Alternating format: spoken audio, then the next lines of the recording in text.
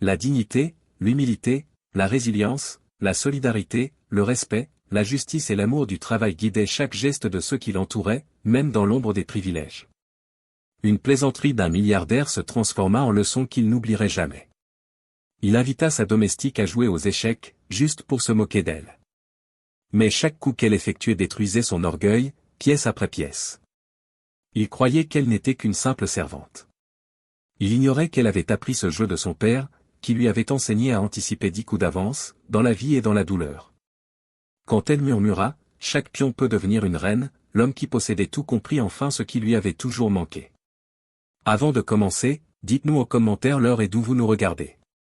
Commençons. Une autre journée sans intérêt. Idrissa Coulibaly murmura, lançant son stylo sur le bureau. Sa voix fendit le silence de sa bibliothèque, tapissée de livres qu'il n'avait jamais lus et de trophées dont il ne se souvenait presque plus. Tout le monde dans cette maison bouge comme à moitié endormi.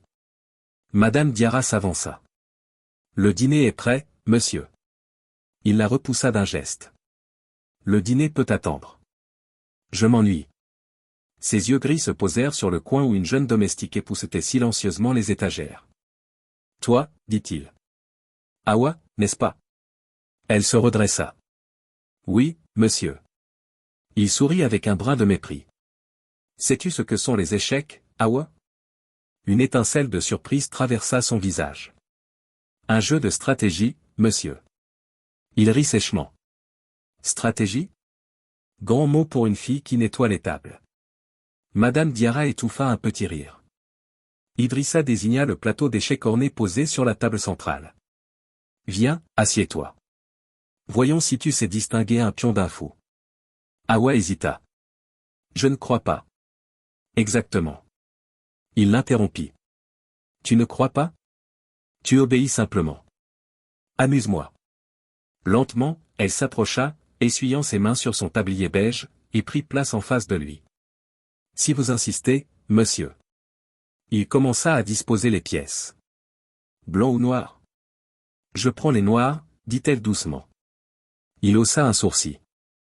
Bien sûr que tu feras ça, murmura-t-il. Ibrahim, le majordome, grimaça à proximité. Les yeux d'Awa s'assombrirent, mais elle resta silencieuse. Idrissa bougea son premier pion avec assurance. J'ai été formé par le meilleur. Voyons ce que tu sais faire. Awa étudia le plateau un instant, puis copia son mouvement. Sa main était ferme et précise. Il sourit en copiant immédiatement. Typique. Parfois, le meilleur premier coup est celui que ton adversaire sous-estime, répondit-elle calmement. Il leva les yeux, légèrement amusé. Vraiment? Toujours, monsieur. Il fronça les sourcils, mais continua. 10 minutes passèrent, les clics doux des pièces résonnant dans la salle aux boiseries. À chaque coup, l'arrogance d'Idrissa commença à s'effacer. Awa jouait avec une précision silencieuse, son attention intacte, même lorsqu'il tenta de la distraire. Alors, Awa, dit-il nonchalamment, tu n'as pas fini l'école, n'est-ce pas? J'ai fini, dit-elle, glissant sa tour. Première de ma classe.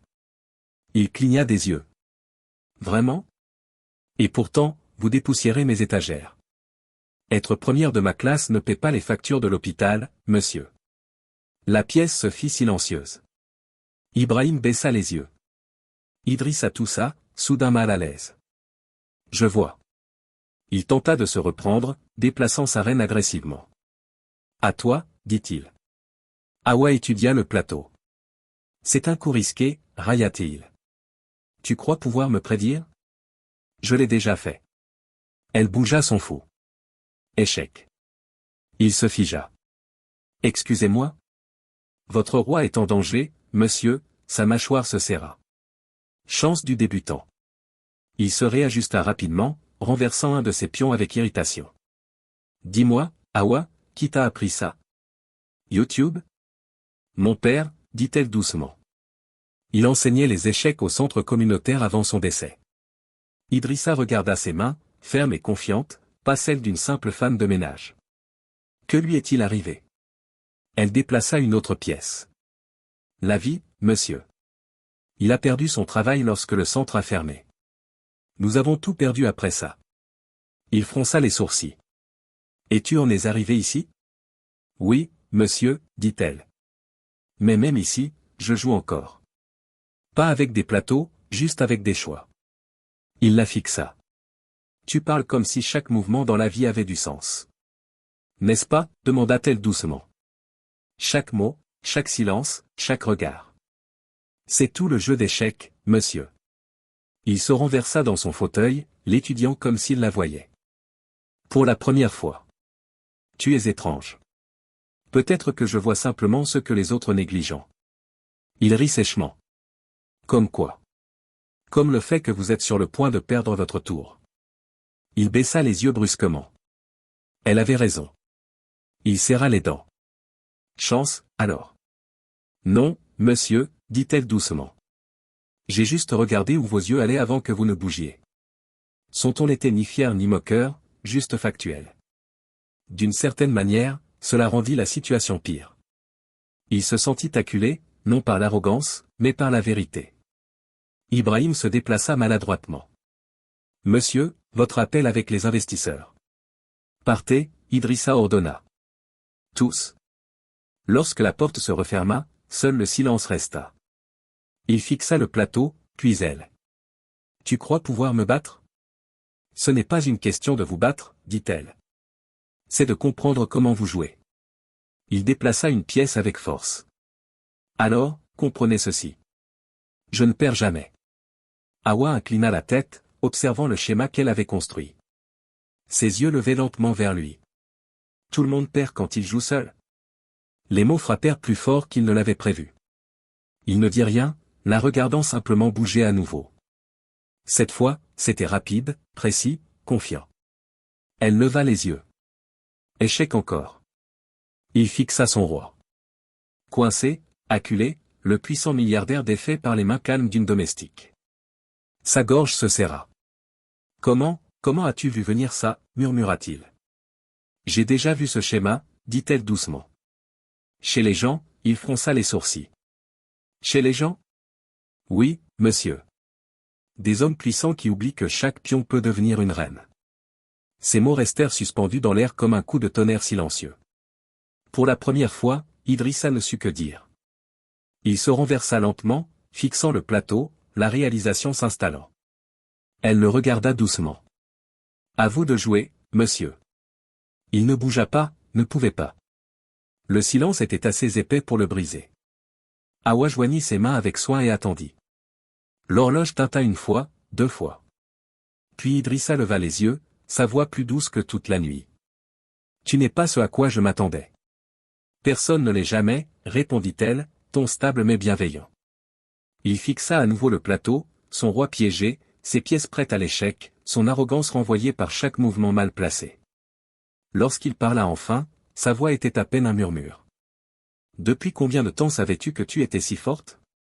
Elle sourit faiblement, juste assez pour arrêter de le prouver. Il s'assit, stupéfait. La pièce qui avait toujours été à lui sembla soudain plus petite, les rires et l'arrogance disparus. Et lorsqu'elle murmura, échec, une dernière fois, le milliardaire qui avait tout compris pour la première fois qu'il avait rencontré quelqu'un qu'il ne pouvait ni acheter ni battre. La bibliothèque était silencieuse le lendemain matin, le soleil coulant sur le plateau d'échecs polis. Les pièces étaient restées où elles avaient été laissées, son roi piégé, sa reine debout fièrement. Pour la première fois de sa vie, Idrissa Coulibaly n'avait pas terminé une partie. Il était parti, vaincu. Il resta assis à fixer le plateau presque 1 heure, repassant chaque mot qu'elle avait dit. Chaque pion peut devenir une reine. Il avait construit un empire en écrasant ses concurrents, non en écoutant les domestiques. Et pourtant sa voix, calme, précise, sans peur, avait révélé quelque chose qu'il ne savait même pas posséder. Le respect. Lorsqu'Ibrahim entra avec son café du matin, Idrissa leva à peine les yeux. Trouvez-la, dit-il brusquement. Madame? Awa Diop. Ramenez-la à la bibliothèque. Dites-lui que j'ai besoin d'une revanche.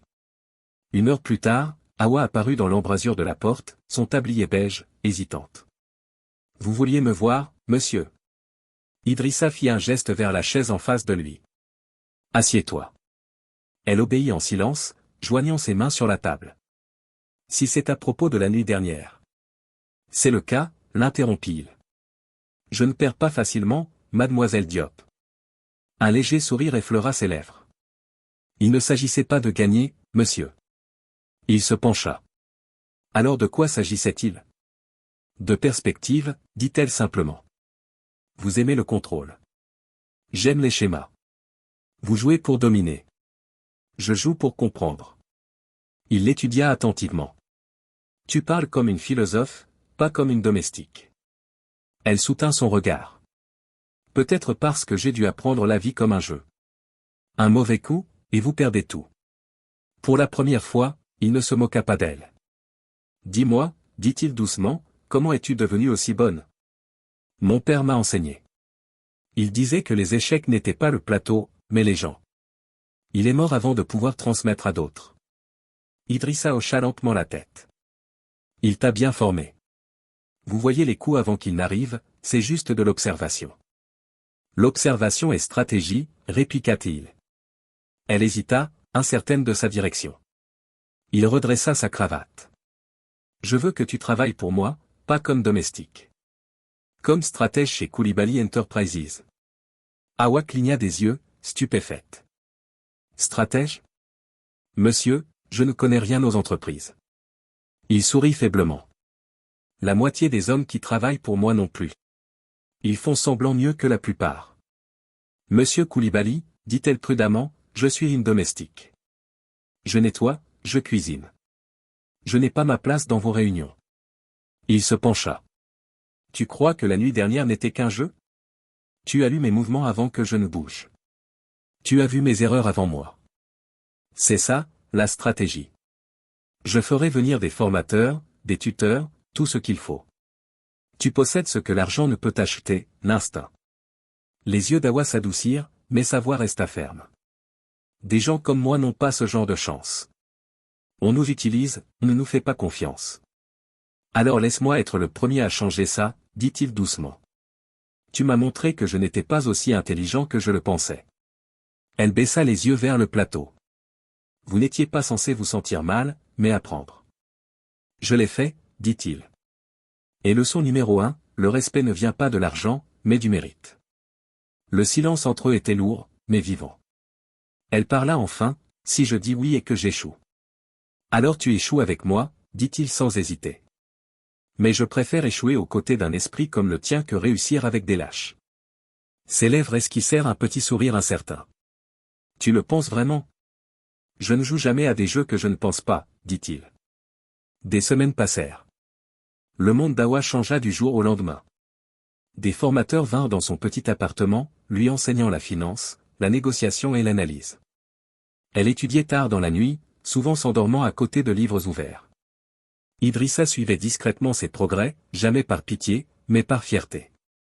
Lorsqu'elle participa à sa première réunion, les membres du conseil rirent derrière leurs cravates impeccables. Une domestique devenue stratège, murmura l'un. Idrissa les fit taire d'un seul regard.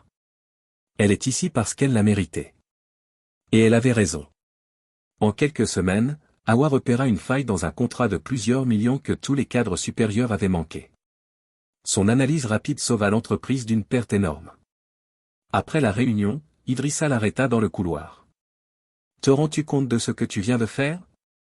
J'ai corrigé une erreur, dit-elle simplement. Tu as sauvé mon entreprise, répondit-il. C'est plus que quiconque dans cette salle aurait pu faire. Elle le regarda sincèrement. Vous m'avez donné la chance, je ne l'ai que saisie, dit-elle. Alors saisis-la encore. Et encore. Je veux que tu sois à mes côtés à chaque négociation. Des mois plus tard, la bibliothèque du manoir semblait la même, lumière chaude, livres sans fin, même plateau d'échecs entre eux, mais tout le reste avait changé. Awa n'était plus en tablier.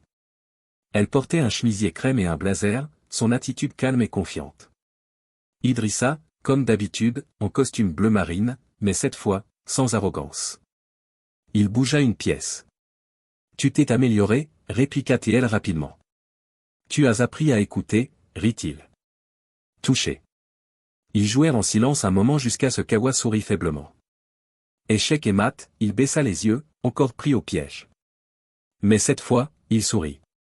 Tu gagnes encore. Ce n'est pas une question de victoire, dit-elle doucement. C'est qui tu deviens quand tu arrêtes de sous-estimer les autres. Il acquiesça. Et qui suis-je devenu? Elle croisa son regard. Un meilleur joueur. Un meilleur homme. Idrissa se renversa, humblement. Et toi, mademoiselle Diop? Elle sourit. Toujours domestique dans l'âme. Je nettoie juste les désordres sur un plateau plus grand maintenant. Il rit, secouant la tête. Tu es vraiment un génie. La pièce tomba dans un silence paisible. Plus d'arrogance, plus de titres, juste deux esprits se rencontrant en égaux à travers 64 cases. Et quelque part entre le pouvoir et l'humilité, entre la patience d'une domestique et la fierté d'un milliardaire, le jeu trouva enfin son sens. Il rit lorsqu'elle s'assit au plateau. Il cessa de rire lorsqu'elle dit, échec et mat, la brillante intelligence silencieuse d'une domestique changea le monde et le cœur d'un milliardaire.